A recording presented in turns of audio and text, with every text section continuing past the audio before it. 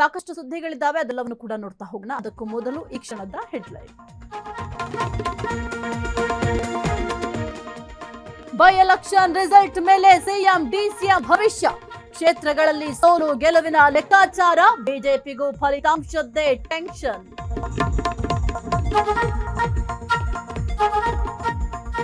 ರಾಜ್ಯದಲ್ಲಿ LPG cylinder ಸಮಸ್ಯೆ ಇಂದು ಸಚಿವ ಮುನಿಯಪ್ಪ ಮಹತ್ವದ ಸಭೆ.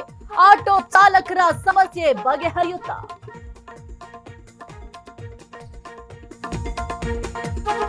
ಮೈಸೂರಿನ ಚಾಮುಂಡಿ ಬೆಟ್ಟಕ್ಕೆ ಎಚ್ಡಿಕೆ ಭೇಟಿ. ನಾಡದೇವಿಗೆ ವಿಶೇಷ ಪೂಜೆ. ಮುಂದಿನ ರಾಜಕೀಯ ಭವಿಷ್ಯಕ್ಕೆ ಪ್ರಾರ್ಥನೆ.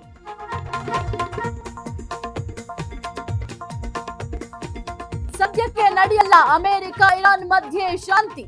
ಲೆಬನಾನ್ ಮೇಲೆ ಇಸ್ರೇಲ್ ದಾಳಿ ಹಿನ್ನೆಲೆ ಸಂಧಾನ ಸಭೆ ಮುಂದೂಡಿಕೆ.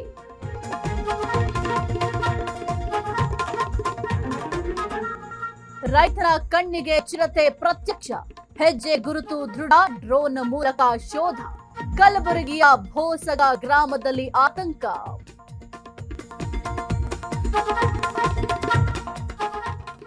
ಕ್ಷಣ ಕ್ಷಣದ ಸುದ್ದಿಗಳಿಗಾಗಿ ಫ್ರೀಡಂ ಟಿವಿ ಸಬ್ಸ್ಕ್ರೈಬ್ ಮಾಡಿ, ಲೈಕ್ ಮಾಡಿ ಹಾಗೂ ಫಾಲೋ ಮಾಡಿ.